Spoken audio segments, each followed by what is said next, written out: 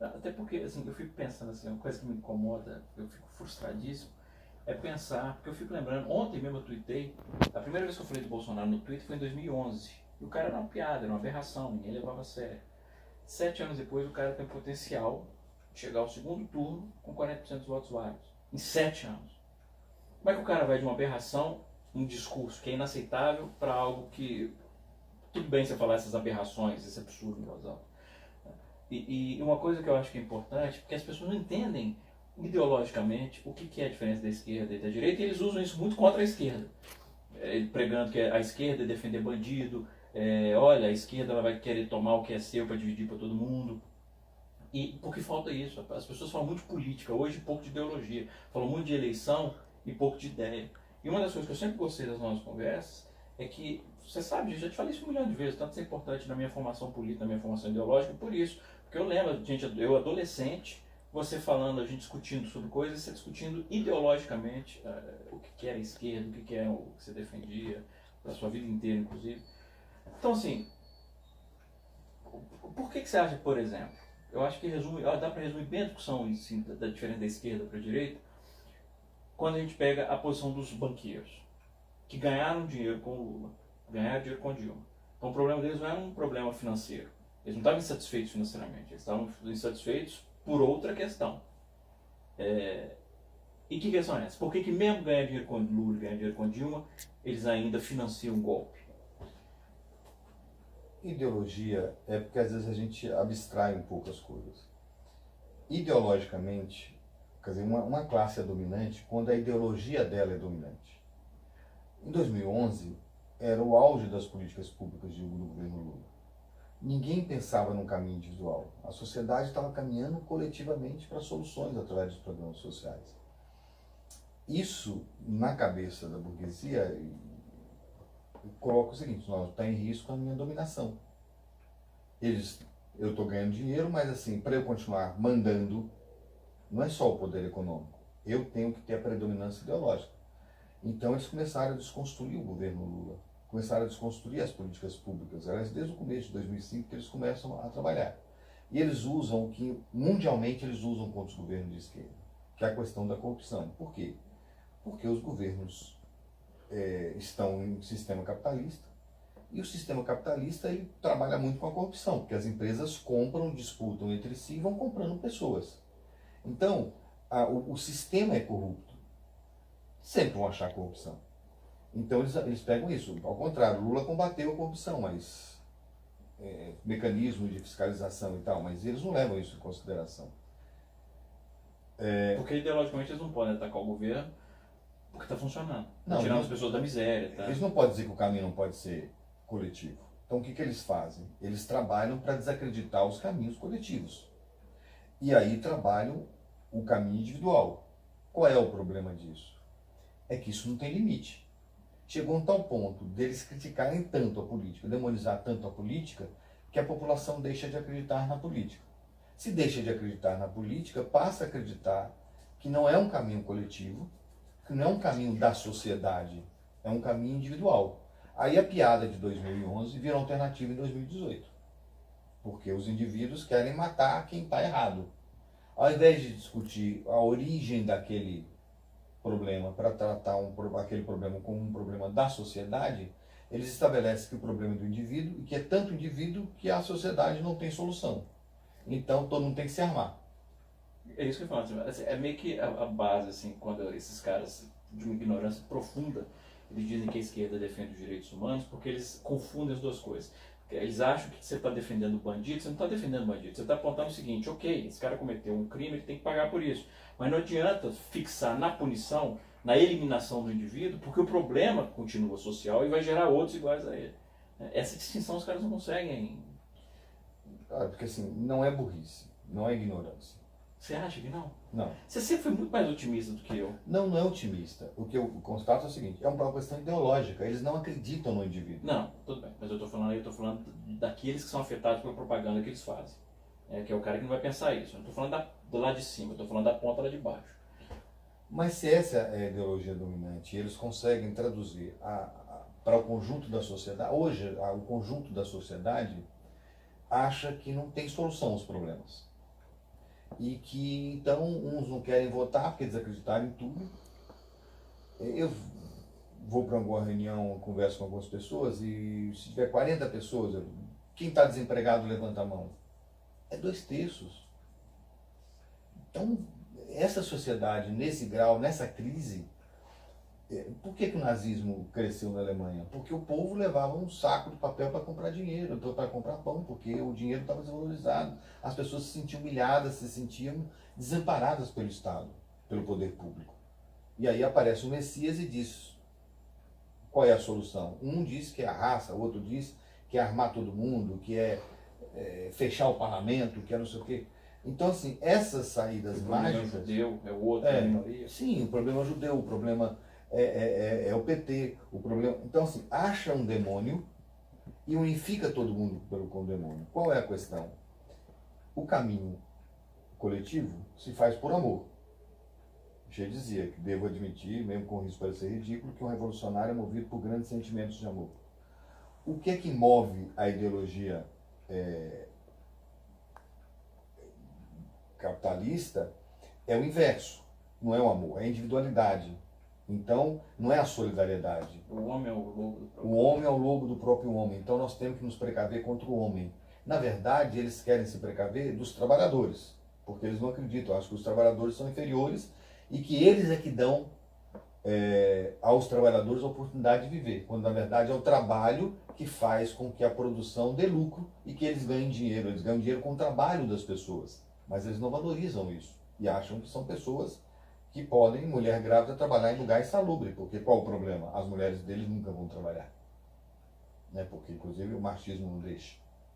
Então, e quando trabalhar, dificilmente vai trabalhar em lugar insalubre. Então, eles não têm essa preocupação com o coletivo. Eles acham que eles, o indivíduo capitalista, é quem dá oportunidade ao coletivo. E nós achamos que é o coletivo que faz com que a sociedade cresça. Então, essa lógica, ela é contraditória. Infelizmente, a esquerda às vezes esquece da ideologia e acha que pode fazer tudo normalmente porque o importante é a política dando resultado, tirando o país da fome, está resolvido. Não. O golpe foi um golpe a partir do sentimento ideológico da direita de que eles estavam perdendo para nós o domínio das ideias da sociedade. Então, por que todo mundo gosta de Lula? Porque Lula estabeleceu um caminho, mas as pessoas não identificam que é um projeto que nós sentamos, discutimos, elaboramos. Ah, vamos criar o Bolsa Família, vamos criar Minha Casa Minha Vida. Então, assim, Minha Casa Minha Vida, por trás dele tem, você dá casa para quem precisa, que é importante, mas você emprega pedreiro, eletricista, pintor, você pega as fábricas, fornece material para... Você fomenta a economia e cria um mercado interno, que eles nunca tiveram interesse de criar um mercado interno, porque a solução deles é exportar, porque dá mais lucro e dá menos trabalho. Então, nós invertemos a lógica e mostramos para a sociedade, olha, tem um outro caminho. Então eles buscaram desconstruir. Só que eles fizeram isso de uma forma tão violenta que hoje a pessoa que representa a direita é a pessoa menos qualificada, até para eles. Mas não tem dúvida, no segundo turno eles vão votar por eles em relação a Haddad. A grande burguesia não vai querer Haddad, porque a questão é ideológica. Vão pagar um preço que eles sabem mais ou menos qual é, porque já pagaram, né, o desgaste que foi a ditadura. Porque a gente sabe que não é solução o que eles propõem. Basta ver o seguinte, a intervenção militar no Rio aumentou todos os índices de violência, todos. E o que é pior, aquilo que se temia, que é o medo que fica na sociedade, inclusive na parte que está marginalizada, que se o exército entrar, acaba com eles, acabou esse medo. Então hoje os traficantes não têm mais medo de nada, porque eles enfrentaram o exército. Então, foi uma estupidez atrás da outra, mas é uma estupidez por conta de uma construção de um pensamento e desconstrução de outro. Então, assim, o caminho coletivo não serve. A minha vida inteira eu sempre acreditei no caminho coletivo. E foi muito importante a experiência que eu tive no governo Lula e governo Wagner, porque a gente viu a vida das pessoas melhorarem através daquilo que a gente dizia. E isso é que nos faz sentir bem. Ao contrário do capitalista que se sente bem com a conta dele aumentada no banco. Eu tenho 51 anos de militância, tenho uma casa, sociedade com a Caixa Econômica, porque é financiada, e um carro que eu consegui terminar de pagar, que era a sociedade com o Banco do Brasil. Eu não preciso mais do que isso, tá bem. Claro que você quer sempre estar melhorando de vida. Mas essa ganância que o cara quer mais, que 4 pessoas têm a renda de 100 milhões de pessoas, está errado. Isso não é uma lógica que dá certo. Não tem sociedade que sustente com isso. Então, quando a gente tira milhões da linha de pobreza, o raciocínio deles não é que melhorou a vida das pessoas. É que, olha, eles estão invertendo a lógica. Então, se nós que somos indivíduos bons, que os outros indivíduos não prestam, porque para eles nós somos o lobo.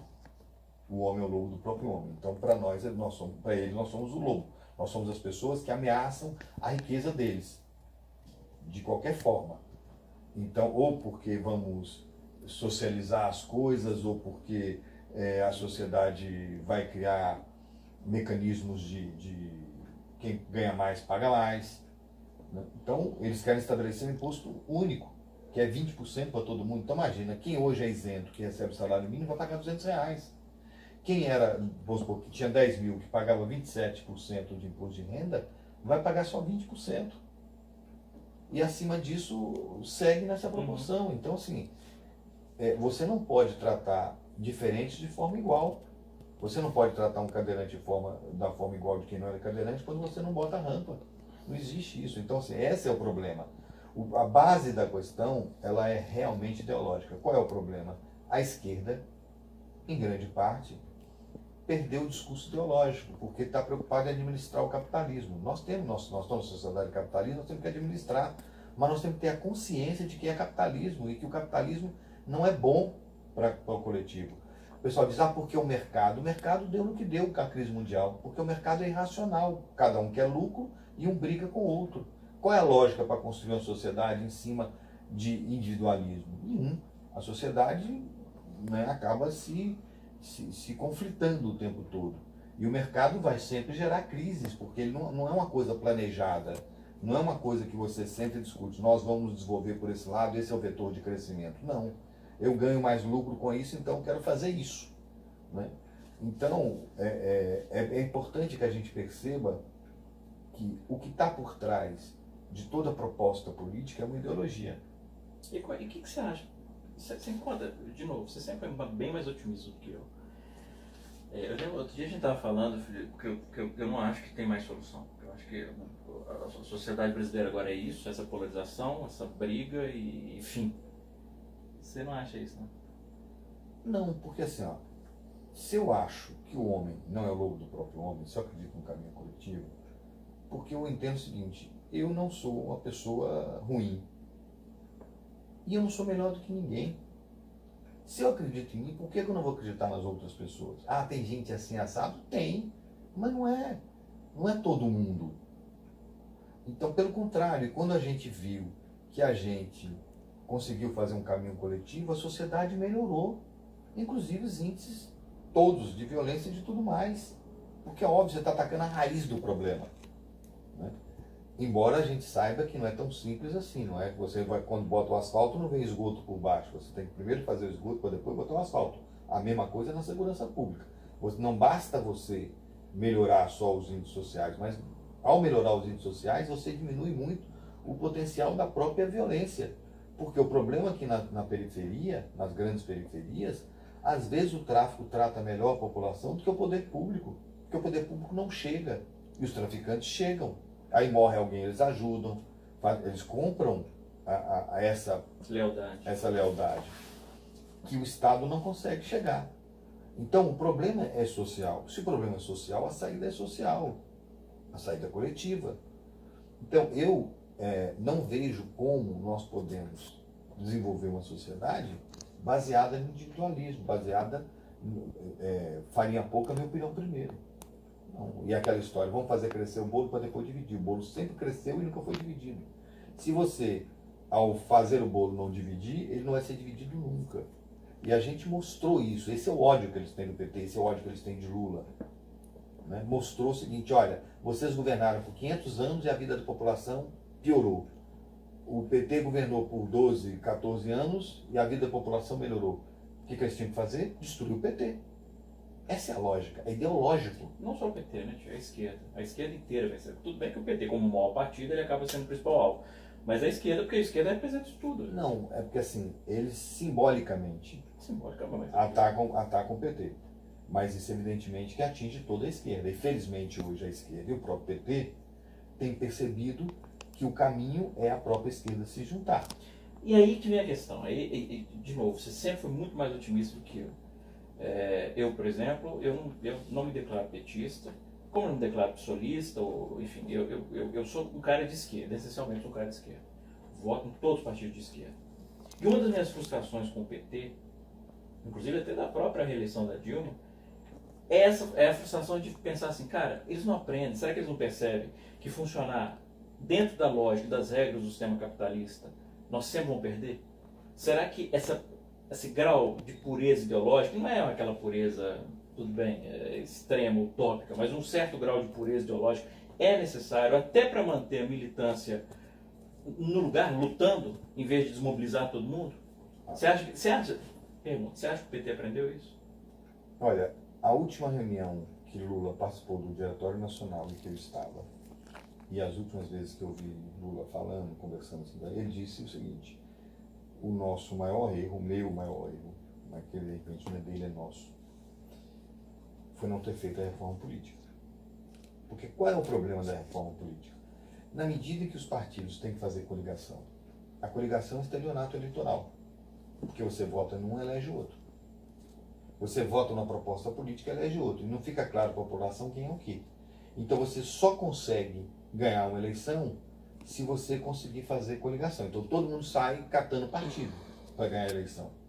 E aí tem os partidos de aluguel, porque tem tempo de televisão, tempo de rádio, porque tem quantidade de candidatos. Então, por exemplo, uma coligação que é formada por 10 partidos com 90 candidatos, você tem 900 candidatos indo para a rua fazer campanha. Se a outra coligação tem 3 partidos, você tem 90. Tem 270.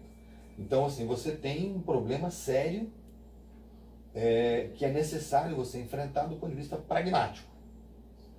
Então, não adianta se você... Por que o PT consegue ganhar as eleições e alguns outros partidos não conseguem ganhar? Porque não fizeram as coligações, também não tiveram chance de chegar ao poder. Mas, por outro lado, essa coligação tira essa pureza ideológica. Sim. É isso que eu estou te perguntando. Você acha que o PT aprendeu? Olha, o PT todo não. Uma parte sim. Eu acho que o próprio Lula aprendeu. As conversas que eu tive, ele foi patente, dizendo algumas coisas do que ele cometeu erro. Wagner, por exemplo, tem dito muitas coisas nesse sentido, está muito lúcido, né, falando dessas coisas também. Agora, tem gente que eu converso que acha que tem que continuar tudo como era antes. Então, o partido como um todo, não. Mas algumas pessoas significativas, importantes do partido, eu acho que tem esse entendimento, que é um começo, porque a ideologia não é uma coisa que está só na sociedade, a disputa ideológica. A disputa ideológica está dentro dos partidos. Porque não existe uma ideologia pura. Eu sou... porque a ideologia se manifesta em cada ação que você faz. Então, eu sou 51 anos de militância, sempre fui de esquerda, sempre fui socialista. Mas eu não tenho um desvio ideológico? Se eu disser isso, já é um desvio ideológico, né? Porque eu já estou achando que eu estou isento da sociedade em que eu vivo. E não estou. Então, assim, o que nós temos que fazer é fazer algumas disputas políticas, internas e externas, no sentido de mudar a forma de fazer política no país. Então, por exemplo, não adiantou nada mudar a forma de financiamento de campanha. Piorou. Porque hoje os deputados federais é que fizeram a legislação. Por que o primeiro número que vem é de federal? Porque para eles a eleição é mais importante. O recurso partidário está mais garantido para eles do que para qualquer outra coisa. E os próprios partidos mantêm assim, quem está eleito tem tudo, quem não está eleito, teoricamente, não tem chance. Aí você tira as chances reais, porque... De renovação. De renovação. Quando a sociedade quer renovação. Então, assim, existem diversos problemas que a gente vai ter que enfrentar, porque eu acho que nós também cometemos muitos erros. E a maioria dos nossos erros foram concessões ideológicas. Os primeiros panfletos do PT eram todos os candidatos numa folha só e você entregava e a pessoa escolhia quem ela queria, porque estava ali um mini currículo das pessoas. Hoje, quem tem mais, faz mais. Então, essa lógica, ela é uma forma, na verdade, fruto de concessões ideológicas. Então, nós, não sei se foi no sexto ou sétimo encontro, que disse que assim, a gente, para disputar a eleição, tinha que entrar no jogo, vamos dizer assim, não no jogo no sentido de aceitar as regras do jogo. E isso, mas dizia ao mesmo tempo o seguinte, que isso nos teria custos. Não seria uma coisa, não passaria um incólume por isso. E é verdade. Nós deixamos de ter núcleos para ter zonais. Ou seja, nós nos organizamos da mesma forma que os partidos de direita, mas nossa lógica é diferente. Nós não poderíamos ter caído nisso, poderíamos ter mantido uma estrutura formal, mas termos na informalidade a forma real de existência do partido. Nós sempre trabalhamos com núcleos, que é a origem da esquerda, que é a questão das células, que você pega por segmentos sociais, você pega pelo real. Né? Então, assim, não é só por onde mora, tem outros aspectos. Então, assim, as zonais não resolvem a questão toda. Então, de fato, nós fizemos algumas concessões que nos custaram caro. E que muita gente não quer discutir porque também se beneficia. É óbvio. Mas, de modo geral, você acha que está caminhando para ter uma conscientização disso? Eu acho que sim. Eu acho que se começou a rediscutir algumas coisas que são muito importantes. E mesmo porque, assim, eu acho que nós paramos de analisar determinadas coisas e nós precisamos. Que tipo de sociedade a gente quer? Nós temos que propor um tipo de sociedade, não só políticas públicas. E nós paramos um pouco com isso. Só que a gente está num momento mais complexo. A maior frota de carro do mundo é uma empresa que não tem nenhum carro, que é a Uber. Quantos carros já tem? Zero. No entanto, qual é a frota dela? É enorme. Como é que isso funciona? Porque antes você tinha aquela questão da fábrica, operário, mais valia. Não é tão simples a sociedade. Hoje a parte de serviço, a parte de geral dessas, a sociedade hoje se move de outra forma. Essa parte de que digital, por exemplo, cria uma outra velocidade nas coisas, uma outra forma. Então, como é que a gente vai atingir, como é que a gente vai fazer? Porque ao mesmo tempo que você consegue atingir as pessoas, tem os fake news que bagunçam tudo. Né? Então, assim, é uma sociedade mais complexa, nós temos que parar e refletir, analisar a sociedade. E analisar, inclusive, o seguinte, tinha consequências do que a gente fez.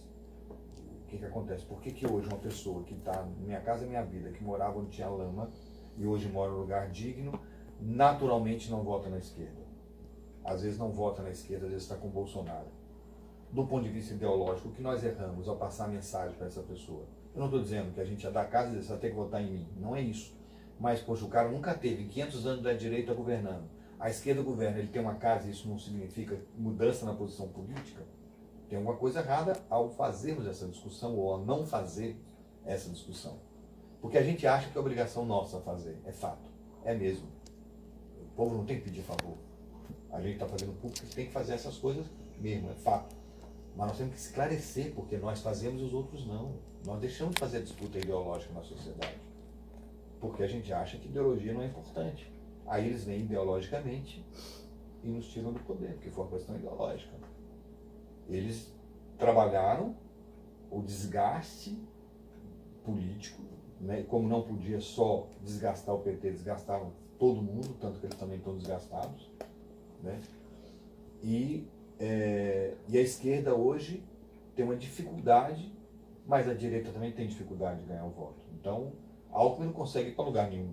Por quê? Porque não tem proposta que agrade ninguém, porque ninguém acredita em ninguém. Então, quem que eles vão acreditar? Um cara que vai dizer, olha, eu também não acredito em ninguém, então eu vou fechar o parlamento, vou dar arma para todo mundo, a gente resolve o problema individualmente. É isso que ele está dizendo. E aí é muito mais palpável para as pessoas esse caminho do que um caminho outro de construção, de políticas públicas e tal. Não, eu estou preocupado que o cara vai roubar minha casa amanhã, então eu tenho que estar armado para dar um tiro nele. Né? Não vai resolver, a gente sabe disso. Mas isso é o que está sendo disseminado. Então, o problema que eu acho ainda hoje, da esquerda como um todo, é que a gente tem que fazer a política, não podemos ser... É a dialética, o problema é que as pessoas às vezes também param de estudar, param de discutir, param de analisar. Ao mesmo tempo em que a gente tem que ter claro que a gente tem que fazer determinadas coisas concretas nós também temos que fazer as coisas subjetivas. Então nós só fizemos o concreto, só fizemos as obras, as ações, mas a discussão subjetiva nós não fizemos. E a direita veio construindo outra subjetividade. A subjetividade de que o indivíduo está em perigo e, portanto, nós temos que ter saídas individuais. E essa é a questão. A gente ignora a questão ideológica porque a ideologia ela é subjetiva, mas é o subjetivo que está por trás da sociedade. É isso que organiza a sociedade. Por que uma sociedade antigamente aceitava a escravidão e hoje não aceita? Há uma mudança política, há uma mudança econômica, mas também há uma mudança ideológica. No sentido de que já não se defende mais que existem raças ou que existem pessoas que podem ser escravizadas porque são inferiores. E esse discurso de inferioridade, hoje ele está voltando, mas foi essa coisa que fez acabar. Né? Você consegue ainda ser otimista, tio? Olha, é o que eu digo sempre. A gente tem duas opções. Ou achar que não tem solução coletiva e ir para o caminho individual, ou fazer o caminho mais difícil, que é sair da coletiva. É muito difícil. Mas por que eu sou otimista? Porque há uns anos atrás, se a gente estivesse fazendo essa conversa, a gente não estaria gravando a conversa. Porque a gente ia ser preso.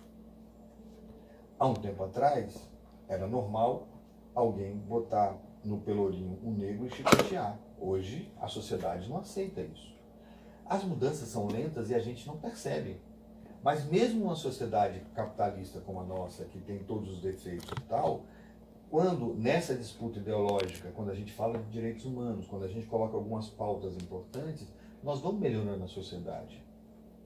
Porque hoje a preocupação ecológica é maior do que um tempo atrás. Francis Bacon dizia, que ele que justifica o capitalismo maltratar a natureza, ele dizia que nós temos que dominar a natureza, mesmo que, se for preciso, torturar a natureza.